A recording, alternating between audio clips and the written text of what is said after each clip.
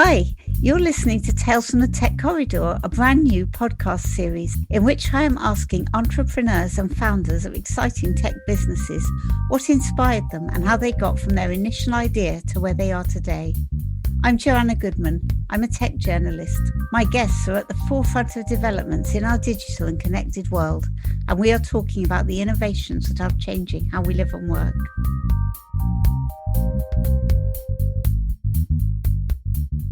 Hello, we are recording today's episode from the Curious Lounge, a business lounge and digital skills hub in Reading. And today's guest is co-founder and chief mischief maker, Louize Clarke. Welcome, Louise. Thank you. The Curious Lounge was built with the aim of bringing together people who are curious to listen, learn and meet. It opened in November 2019, just 3 months before the pandemic struck. Its website describes the Curious Lounge as a labour of love, but sitting here it feels more like an extended living room than a workspace, with beautifully restored mid-20th century furniture, curios and masses of plants. Even the coffee is bespoke.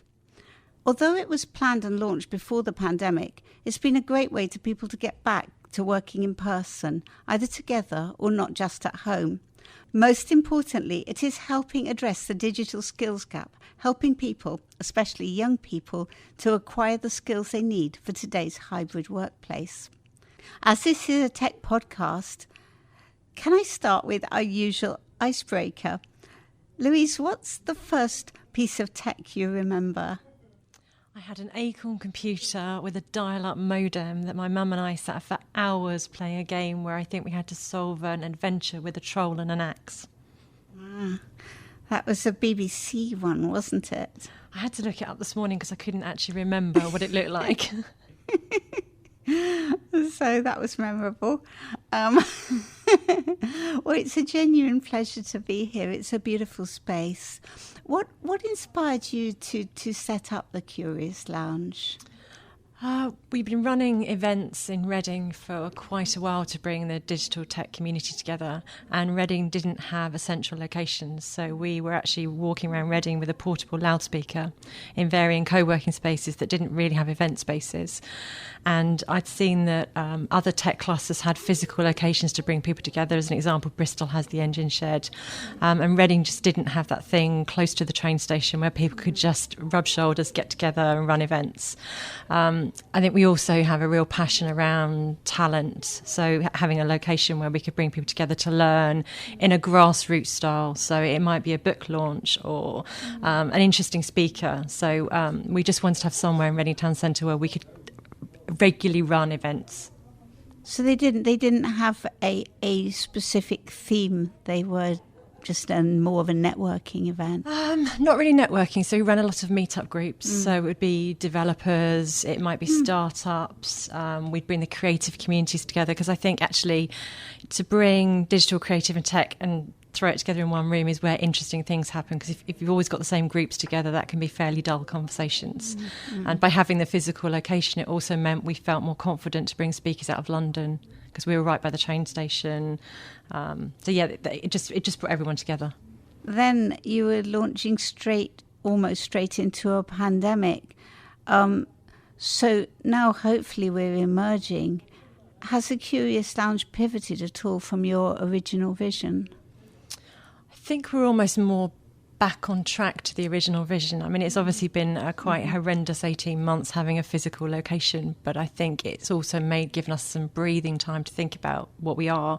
And at our heart, we are a digital skills hub. We want to work with people who've fallen through the cracks and who businesses wouldn't traditionally look to hire. So I think when we first opened, it was very much about we've just got to get some money through the door, and we maybe weren't as focused on the digital skills piece as we wanted to be. Whereas now we've converted to a community interest company. So, and we're very focused on the digital skills being first and foremost, and then the business lounge actually funds us to be able to do those activities. So when you focus quite sharply on upskilling young people in digital and business skills, was the Curious Lounge designed for education, or did the pandemic pushing people online affect your programs? I think because we our funding was always around being a skills hub. So I think we've always been education. I think we've had to pivot quite a lot in terms of content. So when the pandemic first hit, we took everything online to keep our communities going.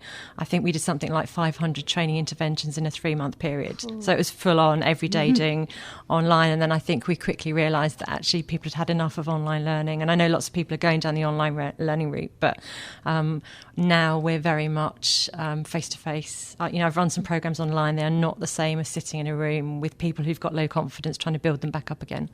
Yeah, maybe people are keen to get out there again. Been stuck inside too much.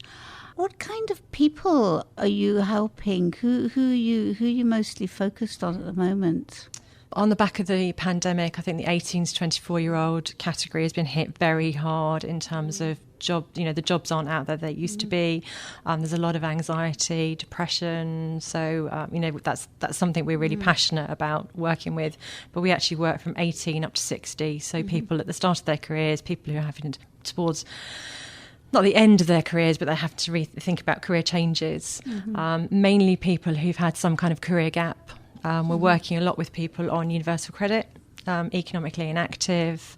But we want to be this diverse and inclusive space that everyone feels they can come here for the kind of skills they're looking for, which is why all our rooms have animals from a local tattoo artist, and they're all different to really show that diversity and inclusivity piece. We seem to be in the B room. We are. Who's we're busy. I think we've never wanted our programmes to be so. I have been in tech for a long time. I've never been a woman in tech, and I'm not a great fan of just women in. So for us, it is all about diversity and inclusivity in its widest format. I think from a training point of view, we will still do blended learning because not everyone can actually come to a physical space. So we will offer that as an option, but I think our preference is always to bring people into a physical location. And I agree with you, actually, for what it's worth, about women in tech, because if you only have women, you have segregation rather than support, don't you? You just need everyone around the table having conversations. That's where positive change will happen.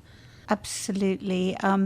So also, you mentioned when we met before about not everybody having access to the right equipment to gain digital skills. So it's a bit of a difficult training loop, isn't it? Where people need digital skills, but if they don't have access to a computer, they can't get digital skills. So this is more of the people who are obviously looking to get back into the workplace or change careers, rather than young people who tend to be quite tech savvy. What are you doing for those people? In fact, a number of young people don't have access to technology. So I think, I've been very privileged that I've always had access to technology. I don't come from a rich household, but we always had access to technology. So it was quite an eye-opener that people didn't have access. And, people don't have broadband at home. They don't have access to laptops. They don't have smartphones where they can pick things up. So actually, we've had to put some pool laptops in place here that people can borrow. So I think that really needs to change to level up the playing field in terms of people having access to learning as well. Because in the pandemic, a number of people didn't have the privilege of going online. They were quite isolated. Yeah, I think a lot of people forget that when they say, we have a portal for this and a portal for that. Well, if you don't have a laptop or a smartphone, you can't get in the portal, can you? So, and I've had to change some of my training. So when I first launched some of my training courses, I think I was probably working with it was mainly women going back into careers, but they were supported by a partner. They all had laptops. So, for me, it was download this app, do this. And actually you realise now I can't do that. So I'm having to find different ways of training people by not always assuming they've got access to technology. What are the programmes you're offering right now? What are the core programmes? So we've got Digital Gum, which is all about, so that is people who've had career gaps or people at the start of their careers who probably have lost their direction a little bit. Their confidence is normally quite low, may not even know particularly with young people, they don't really know what the jobs are even out there. And we put them through a 4-week programme where we teach them digital skills, not necessarily because they want to go into digital careers, but it kind of helps them discover their superpowers. So we talk a lot about, by the end of it, you'll know what your superpowers are. And we always work on a local charity project, so a Berkshire-based small charity that doesn't have much digital firepower. So they work with the charity to do a digital audit. And you just see... the first day the confidence is really low, and by the end of week 4 they're a team pulling together to deliver this project to their charity. In fact, we've had a team in today that are pitching next week, and they're putting extra hours in because they don't want to let their charity down. So I've put 125 people through that programme, and you can just see the confidence boost. Then we've got we hope to go back to more of the grassroots where we get people together for the book launches, but we're just waiting to see what happens with unlocking the world a bit more. But that's always been our vision, is small intimate group, 50 people having a conversation. And then we're launching a sales academy in March. So I used to do a lot of sales recruitment and understand that some of the best salespeople have fallen out of the education system, maybe come from disadvantaged backgrounds. So we'll be taking 18 to 24-ish. So we're not just going to completely cap. And putting them through a programme. And we've got some companies lined up who are actually willing to offer jobs. I mean, it's not a job guarantee. They have to go through the programme and they have to kind of work hard. But we see a number of companies out here actually want to hire bright, young sales talent. That's fantastic, because of course when it comes to sales or even business, there isn't a direct positive correlation between educational achievement and business success. It's not how it goes. So you're looking for aptitude rather than education. So do people just volunteer for the courses, or do they have to pass the test to get in? So Digital Gum, I'm much more flexible in terms of people on the programme. They've got to have a desire and they've got to turn up. So that's what I asked for. The Sales Academy, yes, they will have to apply for a place because we've got jobs at the end of it. So we don't want people just turning up and then dropping out. But it's a really easy application process. I don't care if they sing, dance, make a video, come and see us here. So we're trying to make it really easy to apply. It won't be a guarantee. They're going to have an interview as well. But I think if you put too many barriers in the way of a young person, who wants to fill out a form now? We have an interesting face of the campaign. So I have a girl dog called Bernard, who is currently, we're pulling together some, because we know to engage the next generation, it needs to be funny, engaging content. So she will be the voice of the Sales Academy and the face of the Sales Academy. Excellent. That really differentiates you, doesn't it? Just one of the other programs that we're launching are masterclasses. So I think something when we originally set the space up, we saw that the Thames Valley, there's a lot of white collar workers that were going to be disrupted by automation. So we're launching masterclass series for people to start thinking about agile and marketing tools that small businesses use, because a number of large companies just don't understand what some small businesses use. So that's being rolled out from March, 1 to 2 hour sessions, specifically aimed at mainly professional services. Yeah, I saw that on your website, that Agile Masterclass. So is that aimed for companies to send delegates to? Yeah, so I think people who are thinking, what is this Agile? What do I do with it? Just come and learn something in a short, sharp session. Yeah, that's a really good idea, like a little MBA session, so that people think Agile is hot desking when it's a lot more than that. And I think also every session will have something for people to take away. So we want to be known for that space where you come and learn, and then there's an action on the back of it, rather than you just sit around, talk about things, and then you never do anything with it. That sounds a great idea, and bringing new ideas into businesses. Can you say a bit about the community aspect of the Curious Lounge, like how it's being used right now? So I think we're not quite back to the vision we had for it. So when we first opened in November 2019, we wanted to be this space. Lots of spaces talk about community, but they have no idea what community actually means. And there's a magic around community that's really difficult to explain. Yeah. But we have a table called the Disturb Me table that was made by a social enterprise, and that was all about just sitting down and having a conversation. So I think it's that organic, natural connection. So, we discourage people with business cards here. We discourage people with networking. It's all about actually find out about people, be genuinely part of the community, kind of give before you take. And I think we've worked really hard to curate, even in the pandemic, we've still got to have the right people in here that want to be part of the community. And I think the learning element as well. I think a number of people also like the fact we've got young people in here. They find that quite interesting. They want to mentor them. So we're more than just a space to come and work. We are that proper community. Mm-hmm. And I think we're very food-based as well. That's great, with local food. Yeah, so we do a lunch run every day to a local independent. We hope to get back to having events that we use local companies to cater for. That's part of our ethos. What are your plans going forward? Because hopefully we're through the worst of the pandemic. More of what we're doing now. I think I love coming to work. I love doing what I'm doing. I finally found something where I have found my superpowers. I love being in a training room, so just more content, more training, working with more people. It feels like we're still in the it's much better than it was, but it still feels like we are in the pandemic. A number of people still aren't leaving home. So I think our biggest challenge is getting people to actually come out.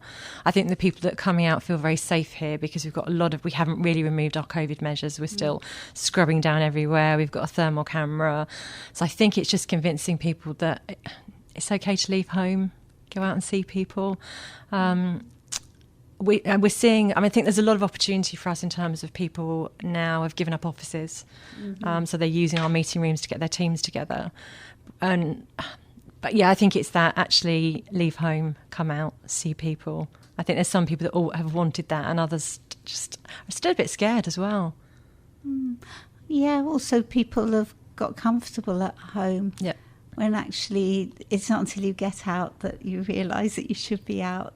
So it's a bit of a catch-22. I think, and for us, it's finding. So we've never wanted to just be running our own training content. That's never been the plan for the Curious Lounge. It was supposed to be this neutral venue that multiple people could come to and build this collaborative community for Reading skills and the wider Thames Valley. So we're actively seeking partners to work with. One of our biggest challenges is actually getting companies to open their eyes to the talent that's out there. So I think, particularly in the Thames Valley, we're still quite traditional. We don't really want to take people who don't have that sort of university education. And for me, companies are missing out on the best people by not actually opening their eyes. So I think that's one of my biggest challenges is to get this region to wake up to they're missing out on brilliant people. A lot of companies talk about diversity, so it's about convincing them to actually do the diversity, I guess. What do you feel is your biggest achievement so far with the Curious Lounge?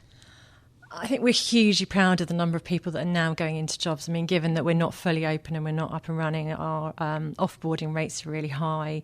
I get a great sense of achievement when I got the job email, which we've had 5 in January. So, that really is what we set out to do. We want to do more of that. So, yeah, I'm really proud when I get those emails. That's really great. And finally, a bit about you. As someone who works every day with local independent businesses, can you share a few secrets of your success?